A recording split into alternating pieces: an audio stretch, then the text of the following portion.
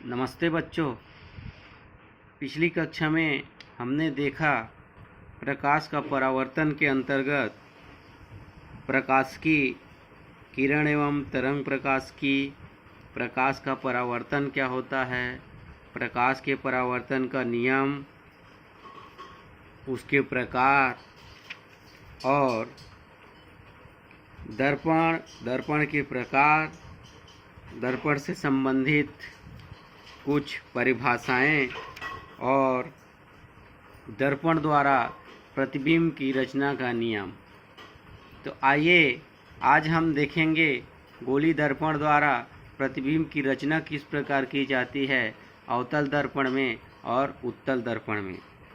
तो हम जानते हैं कोई भी जो वस्तु है उससे होकर असंख्य किरणें निकलती है, लेकिन किसी वस्तु का प्रतिबिंब बनने के लिए केवल आवश्यक है दो किरणें आपस में मिले, और ये दो किरणें जहाँ पे मिलती है वहीं पे बनता है वस्तु का प्रतिबिंब।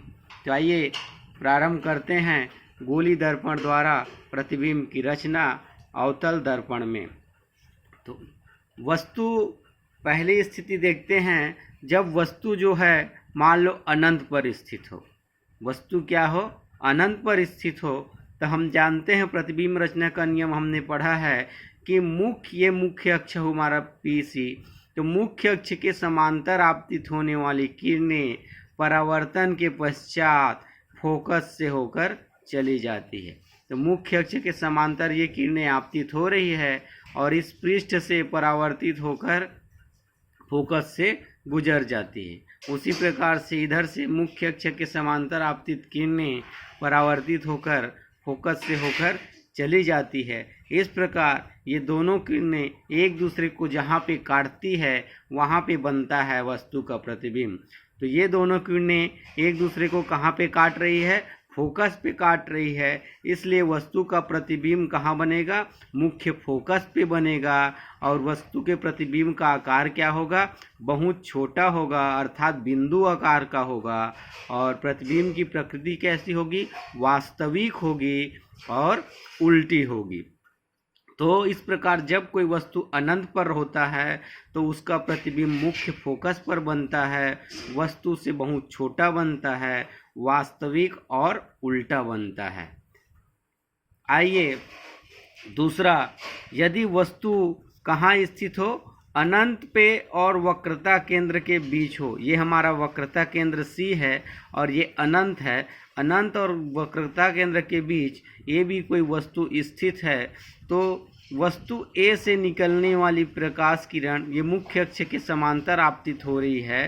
तो परावर्तन के पश्चात कहाँ से जाती है? वो फोकस से होकर गुजर जाती है। प्रतिबिंब रचना के नियम में हमने पढ़ा है मुख्य अक्ष के समांतर आपतित किरणें परावर्तन के पश्चात फोकस से होकर चली जाती है। एक दूसरी किरण वक्रता केंद्र से होकर जाती है और परावर्तन के पश्चात वक्रता केंद्र की ओर ही वापस लौट जाती है। यह भी प्रतिबिंब रचना का नियम है कि वक्रता केंद्र की ओर आने वाली किरणें परावर्तन के पश्चात पुनः उसी मार्ग में लौट जाती है। तो जब ये दोनों किरणें जहाँ पर मिलती है, मान लो A' पर ये किरणें मिली और A' B' हम मुख्य अक्ष पर लंब डालें, तब ये कहलाता है वस्तु का प्रतिबिंब। तो इस प्रकार वस्तु का प्रतिबिंब कहाँ बना? वक्रता केंद्र और फोकस के बीच में बनता है। जब वस्तु कहाँ हो? अनंत और वक्रता केंद्र के बीच अगर कोई वस्तु हो तो उसका प्रतिबिंब वक्रता केंद्र और फोकस के बीच में बनता है। वस्तु से ये वस्तु बड़ा है तो इसका आकार छोटा है, तो वस्तु से छोटा बनता है और वास्तविक और उल्टा बनता है। ये हो गया दूसरा प्रतिबिंब। आगे देखते हैं, अगर वस्तु कहाँ स्थित हो? वक्रता केंद्र पर स्थित हो। वस्तु जो कहाँ स्थित हो? वक्रता केंद्र पर स्थित हो। ये है वक्रता केंद्र C। तो वस्तु अगर वक्रता केंद्र पर स्थित हो तो वस्तु का प्रतिबिंब कहाँ बनेगा? ये देखते हैं।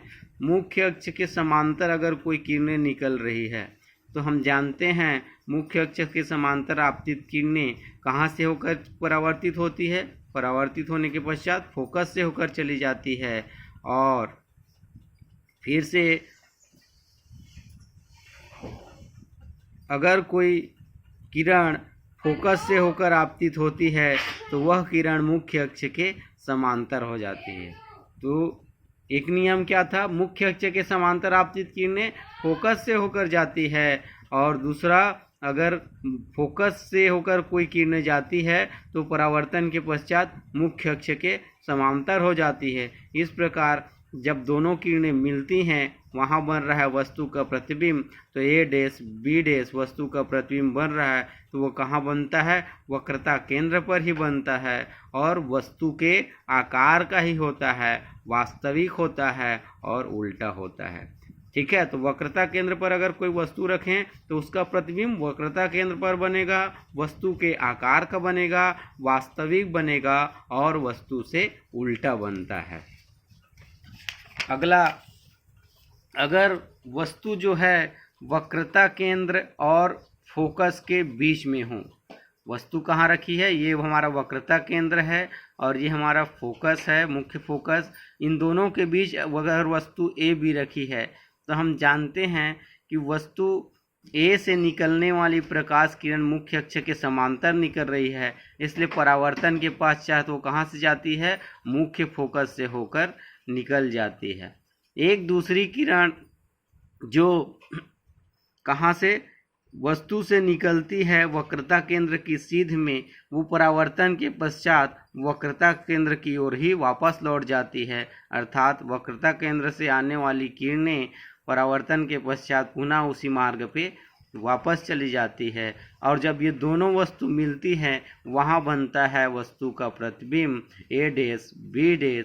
तो जब वस्तु वक्रता केंद्र और मुख्य फोकस के बीच में स्थित हो तो उसका प्रतिबिंब वक्रता केंद्र और अनंत के बीच में बनता है, वस्तु से बड़ा बनता है, वास्तविक होता है और उल्टा बनता है। तो जब वस्तु वक्रता केंद्र और फोकस के बीच हो तो प्रतिबिंब कहाँ बनता है?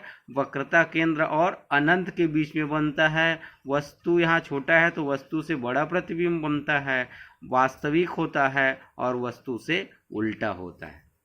ये है अवतल दर्पण में प्रतिबिंब रचना कर रहे हैं हम। अगला देखते हैं, अगर वस्तु कहाँ हो? मुख्य फोकस पर ही स्थित हो। तो वस्तु मुख्य फोकस पर स्थित हो तो देखें, वस्तु से निकलने वाली किरणें ये मुख्य अक्ष के समांतर निकल रही है, तो मुख्य अक्ष के समांतर निकलने वाली किरणें परावर्तन के पश्चात कहाँ से जाती है? फोकस से होकर चली जाती है, और दूसरी किरण वक्रता केंद्र की ओर से निकलने वाली किरणें परावर्तन के पश्चात उसी मार्ग में वापस लौट जाती है, अर्थात वक्रता केंद्र से ही होकर चली जाती है। इस प्रकार वस्तु, ये दोनों किरणें क्या हैं? एक दूसरे के समांतर हैं। अब जब इन दोनों किरणों को आगे बढ़ाएं तो ये जाकर कहाँ मिलेंगी? अनंत में मिलेंगी। इसलिए वस्तु का प्रतिबिंब कहाँ पर बनता है? अनंत पर बनता है। जब वस्तु मुख्य फोकस पर हो तो वस्तु का प्रतिबिंब कहाँ बनता है? अनंत पर बनता है। वस्तु अब चूंकि अनंत पर बन रहा है, इसलिए वस्तु का प्रतिबिंब क्या होगा? बहुत बड़ा होगा। तो वस्तु से बहुत बड़ा बनेगा, वास्तविक बनेगा और उल्टा बनेगा। अगला है, अगर जो वस्तु है वह मुख्य फोकस और ध्रुव के स्थित हो, बीच स्थित हो। ये मुख्य फोकस हो गया और ये ध्रुव हो गया। अगर इन दोनों के बीच वस्तु रखी है, मान लो वस्तु ए बी, तब उसका प्रतिबिंब कहाँ बनेगा? तो वस्तु से निकलने वाली किरणें मुख्य अक्ष के समांतर है, तो परावर्तन के पश्चात मुख्य फोकस से होकर चली जाती है, और दूसरी किरण वक्रता केंद्र की ओर से निकलने वाली किरण परावर्तन के पश्चात वक्रता केंद्र से ही होकर चली जाती है, और ये दो किरणें फैलती है दूर जाते जाते, इसलिए आगे बढ़ाने पर ये नहीं मिलती। इसलिए इनको क्या किया जाता है? पीछे की ओर इन दोनों किरणों को बढ़ाने से ये दोनों ए डैश पर मिलती हैं, इसलिए ए डैश बी डैश पर बनता है वस्तु का प्रतिबिंब, अर्थात दर्पण के पीछे बनता है वस्तु का प्रतिबिंब। तो दर्पण के पीछे बनता है वस्तु का प्रतिबिंब, वस्तु से बड़ा बनता है, आभासी बनता है और सीधा बनता है। वास्तविक प्रतिबिंब नहीं बनता जब फोकस और ध्रुव के बीच स्थित हो। तब वस्तु का प्रतिबिंब क्या बनता है? दर्पण के पीछे बना है, इसलिए हम जो किरण निकल रही वस्तु को से उसको हम पीछे की ओर बढ़ा रहे हैं, इसलिए वस्तु का प्रतिबिंब बन रहा है। इसलिए इस प्रतिबिंब को कहा जाता है आभासी प्रतिबिंब। और यह प्रतिबिंब कैसे बनता है? सीधा बनता है। तो इस प्रकार जब मुख्य फोकस और ध्रुव के बीच अगर कोई वस्तु स्थित हो तो दर्पण के पीछे वस्तु से बड़ा आभासी और सीधा प्रतिबिंब बनता है। ये हो गया प्रतिबिंब की रचना करना अवतल दर्पण के लिए। आइए आगे देखते हैं प्रतिबिंब की रचना उत्तल दर्पण के लिए। उत्तल दर्पण में प्रतिबिंब की रचना केवल एक ही प्रकार से होती है। तो आइए देखते हैं कैसा होता है। दर्पण के सामने वस्तु रखी है AB, तो वस्तु से निकलने वाली किरणें मुख्य अक्ष के समांतर निकल रही है, इसलिए क्या हो जाती है? परावर्तन के पश्चात वह मुख्य फोकस से आती हुई प्रतीत होती है। ये मुख्य फोकस से अगर इसको पीछे की ओर बढ़ाएं और यहाँ से अगर हम देखेंगे तो ऐसा लगेगा यह किरण मुख्य फोकस से होकर आ रही है। एक दूसरी किरण वक्रता केंद्र की ओर आने वाली किरणें परावर्तन के पश्चात पुनः उसी मार्ग में लौट जाती है। अर्थात अगर कोई किरण वक्रता केंद्र की ओर आपतित हो रही है तो परावर्तन के पश्चात पुनः उसी मार्ग में लौट जाती है। तो अगर हम इन दोनों किरणों को पीछे की ओर बढ़ाएं, अर्थात फोकस से मिलाएं और बिंदु C अर्थात वक्रता केंद्र से मिलाएं, तो ये दोनों एक दूसरे को जहाँ पे काटती है वह बिंदु मान लो A' है, तो वहाँ बनता है वस्तु का प्रतिबिंब। अब चूंकि हमने किरणों को पीछे की ओर बढ़ाया अर्थात दर्पण के पीछे ले गए तो वहाँ वस्तु का प्रतिबिंब बन रहा है, इसलिए वस्तु का प्रतिबिंब कहाँ बनता है? दर्पण के वस्तु दर्पण के सामने रखी है तो प्रतिबिंब दर्पण के पीछे अर्थात दर्पण के दूसरी ओर बनता है। कहाँ बनता है? ध्रुव और फोकस के बीच में बनती है। ध्रुव है, ये फोकस है, उसके बीच में बनता है। आकार क्या होता है? सीधा होता है। और चूंकि दर्पण के पीछे बना है इसलिए आभासी प्रतिबिंब होता है। और क्या होता है? वस्तु से छोटा बनता है। तो ये है उत्तल दर्पण में और अवतल दर्पण में प्रतिबिंब का बनना। चलिए आगे देखते हैं प्रतिबिंब रचना जो हमने की उसके आधार पर अब न्यूमेरिकल बनाएंगे। तो देखते हैं चिन्ह की परिपाटी। तो वस्तु को दर्पण की बाईं ओर स्थित माना जाता है। वस्तु जो होता है वो हमेशा दर्पण है उसके बाईं ओर ही रखा जाता है, चाहे उत्तल दर्पण में हो चाहे अवतल दर्पण में हो, वस्तु हमेशा दर्पण के बाईं ओर ही रहेगा। सभी दूरियां दर्पण के ध्रुव से नापी जाती है। जो दूरी नापेंगे हम वस्तु की, प्रतिबिंब की, फोकस की, वक्रता, त्रिज्या की, सभी दूरियों को हम कहाँ से नापेंगे? ध्रुव को केंद्र मानकर मापेंगे। आपतित किरण की दिशा में मापी गई दूरियां धनात्मक एवं विपरीत दिशा में मापी गई दूरियां ऋणात्मक मानी जाती है। तो आपतित किरण की दिशा में मापी गई दूरियां, किरण इस दिशा में ऐसे आपतित हो रही है तो अगर हम इस दिशा में दूरी नापेंगे इधर तो वो दूरी क्या होगी? धनात्मक होगी। अगर हम इस दिशा में दूरी नापेंगे क्योंकि आपतित किरण इस दिशा में आपतित हो रही है दाहिनी ओर, तो दाहिनी ओर अगर हम मापेंगे तो वो दूरी क्या होगी? धनात्मक होगी। और बाईं ओर अगर हम मापेंगे तो वो दूरी ऋणात्मक होगी। तो ये दाहिनी ओर मापे तो धनात्मक दूरी और बाईं ओर मापे तो ये दूरी क्या होगी? ऋणात्मक होगी। दोनों के दर्पण के लिए, उत्तल के लिए हो चाहे अवतल के लिए हो।